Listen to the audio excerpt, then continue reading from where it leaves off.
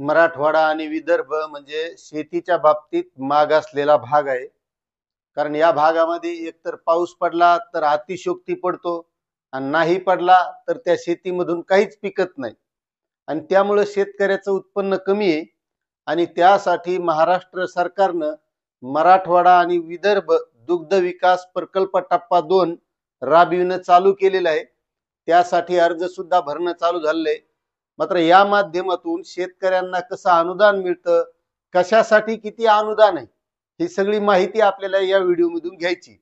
आणि त्याचे अर्ज सुद्धा सुरू झालेत. ते अर्ज कोणत्या वेबसाईटवर भरायचा त्याबद्दलची सविस्तर माहिती आपण बघणार आहोत.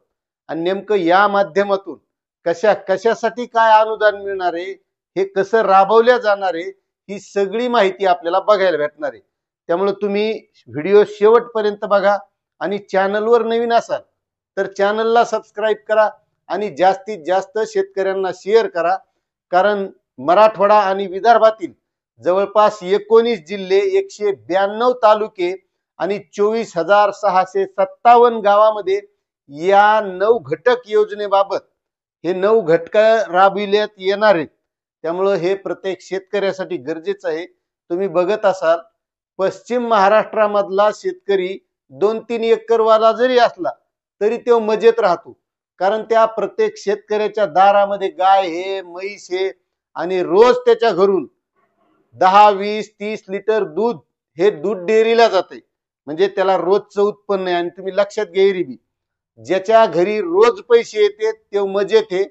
आणि जो नुसता शेतीवर अवलंबून आहे, सोयाबीन येईन तेव्हा पैसे येतील, कापूस येचन विकल्या जाईन त्याला भाव भेटन तेव्हा पैसे येतात.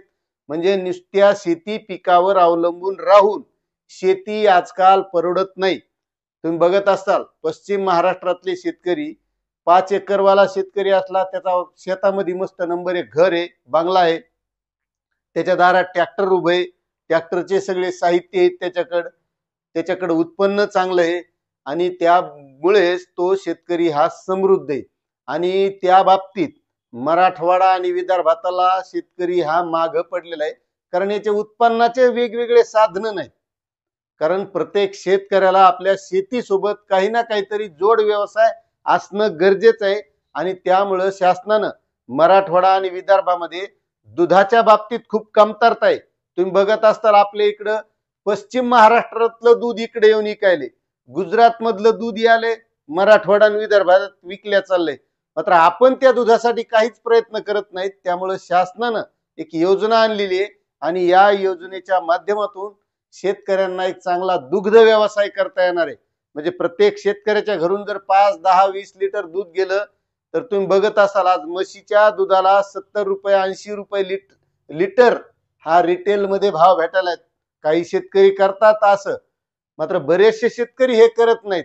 म्हणून प्रत्येक शेतकऱ्याने या योजनेचा लाभ घेतला पाहिजे आणि त्याबद्दलची सविस्तर माहिती, यासाठी अर्ज कसा करायचा आहे, याला काय काय अनुदान आहे, तुम्ही बघत असाल तर म्हशी घेण्यासाठी, दुधाच्या गायी घेण्यासाठी 50% अनुदान या योजनेच्या माध्यमातून. त्यानंतर एखादी नवीन गाय कारवड घेतली जी गाभण आहे तर तिला 75% अनुदान आहे. आणि पुन्हा ह्या जनावराला खाऊ घालायसाठी जे खाद्य लागणार आहे याच्यावर मी 25% अनुदान आहे. त्याच्यानंतर चांगला फॅट यावा म्हणून जे काही खाद्य असते त्याच्यावर 25%. त्याच्यानंतर जे काही आपण शेतामध्ये पिकू तर त्यासाठी आपल्याला त्याचा म्हणजे कुट्टा करायसाठी कडबा कुट्टी लागती, त्या कडबा कुट्टीसाठी सुद्धा 50% अनुदान आहे. त्यामुळे प्रत्येक शेतकऱ्याने या योजनेचा लाभ घेतला पाहिजे. तर मित्रांनो, हा आहे शासन निर्णय आणि या शासन निर्णयाअंतर्गत हा मराठवाडा विदर्भ 19 जिल्ह्यामध्ये टप्पा 2 राबविण्यात येणार आहे.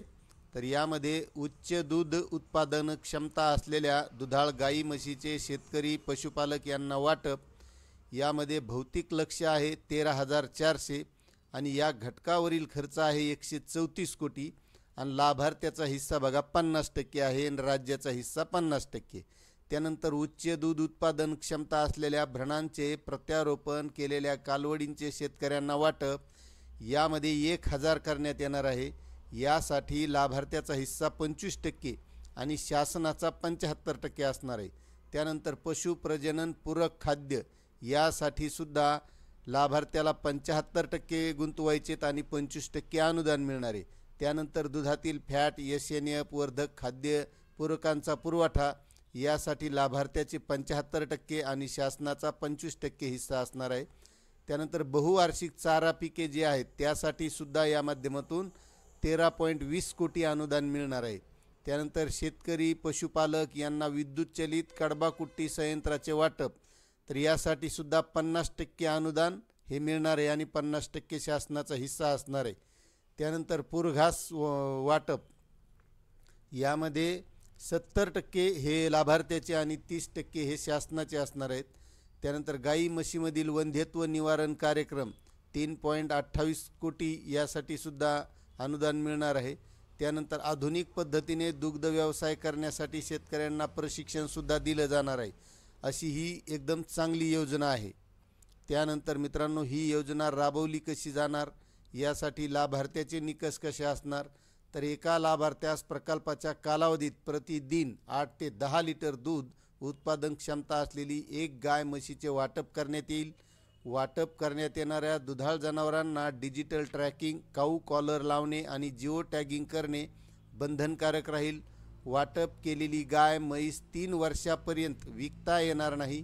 वाटप केलेली गाय म्हैस प्रकल्प संचालक विदर्भ व मराठवाडा दुग्ध विकास प्रकल्प यांचे नावे तारण ठेवण्यात येईल। वाटप करण्यात येणारी दुधाळ जनावरे खरेदी करताना त्या जनावरांचा 3 वर्षासाठी विमा उतरविणे बंधनकारक राहील। विमा उतरविलेले दुधाळ जनावर मृत पावल्यास दुसरे दुधाळ जनावर खरेदी करणे अनिवार्य राहील। रोख परिपूर्ती करण्यात येणार नाही। आता लाभार्थीचे निकष असे असणार आहेत: शेतकरी पशुपालकाच्या मालकीची कमीत कमी 2 दुधाळ जनावरे असावीत। दूध उत्पादकाने मागील वर्षभरात किमान 3 महिने खाजगी सहकारी यांच्या दूध संकलन केंद्रावर दूध विक्री करणे आवश्यक आहे। प्रकल्पाच्या पहिल्या टप्प्यात तसेच मागील 3 वर्षात कोणत्याही शासकीय योजनेअंतर्गत ज्या शेतकरी पशुपालक यांनी लाभ घेतला आहे असे शेतकरी पशुपालक दुसऱ्या टप्प्यात सदर घटकाचा लाभ घेण्यास पात्र ठरणार नाहीत। कुटुंबातील केवळ एक व्यक्ती निवडीस पात्र राहील। एका गावात जास्तीत जास्त 5 लाभार्थी निवडीस पात्र राहतील। आता हे म्हशीचं अनुदान हे वाटप सगळा शासन निर्णय सविस्तर आहे, तर तुम्हाला जर वाचायचा असेल तर याची लिंक मी आपल्याला डिस्क्रिप्शनमध्ये सुद्धा देणार आहे। तर अशा प्रकारे ही योजना राबवण्यात येणार आहे। त्यामुळे प्रत्येक शेतकऱ्याने या योजनेसाठी अर्ज करायचा, याची पात्रता स्थिती बघता येते, आपण कोणत्या स्टेजवर आहोत आणि या माध्यमातून चांगला अनुदान मिळून आपल्याला एक चांगला व्यवसाय मिळतो। कारण रोजचा पैसे येणारा व्यवसाय जर असेल तर त्या घरात पैशाची चणचण भासत नाही, आपल्यालाही काम लागतंय। नाही तर नुसतं पेरणी करायची का फवारणी करायची काढायला यायचं, याच्यात सगळा वेळ घालण्यापेक्षा रोज सकाळी सकाळी जर आपल्याला हा दुधाचा व्यवसाय करता आला तर आपल्या घरामध्ये रोज पैसे येतील। मग आता यासाठी अर्ज कसा करायचा ते सुद्धा बघूया। नेमकी त्याची वेबसाईट कोणती, हे आपल्याला अर्ज करण्यासाठी वेबसाईट आहे। या वेबसाईटवर आल्याच्या नंतर आपल्याला आत्ता नोंदणी करा यावर क्लिक करायचं आहे आणि यामध्ये आपली जी काही मूलभूत माहिती आहे ती माहिती, आधार नंबर, आधारचा फोटो, रेशन कार्ड हे सर्व इथं माहिती भरायची आणि या माध्यमातून आपल्याला अर्ज करायचा आहे। एकदम सोपी पद्धत आहे। त्यानंतर अर्ज केल्याच्या नंतर आपला अर्जाची काय स्थिती आहे ती सुद्धा आपल्याला अर्जाचा मागोवा घ्या यावर क्लिक करून आपला मोबाईल नंबर किंवा अर्ज क्रमांक टाकून यामध्ये बघता येणार आहे। या वेबसाईटवर आपण अर्ज करायचा, ते पण अर्ज करायला आपल्याजवळ कुठेही आपले सरकार सेवा केंद्र आहे, महाई सेवा केंद्र आहे, गावागावात झाले तर किंवा तालुक्याला आहेत तिथं जायचं, त्याला हे व्हिडिओ दाखवायचा आणि ही जी लिंक आहे मी डिस्क्रिप्शन मध्ये देणार आहे, या लिंकवर जाऊन आपला अर्ज भरून घ्यायचा आणि या माध्यमातून चांगल्या प्रकारचं अनुदान मिळवायचं। आता ही अशी माहिती होती। तुम्हाला माहिती कशी वाटली नक्कीच कमेंट करा। चॅनलवर नवीन असाल तर सबस्क्राइब करा, व्हिडिओला लाईक करा आणि जास्तीत जास्त शेतकऱ्यापर्यंत ही माहिती शेअर करा। आणि या बाबतीत पुन्हा काही अडचण असेल तर नक्कीच कमेंट करून विचारू शकता। धन्यवाद।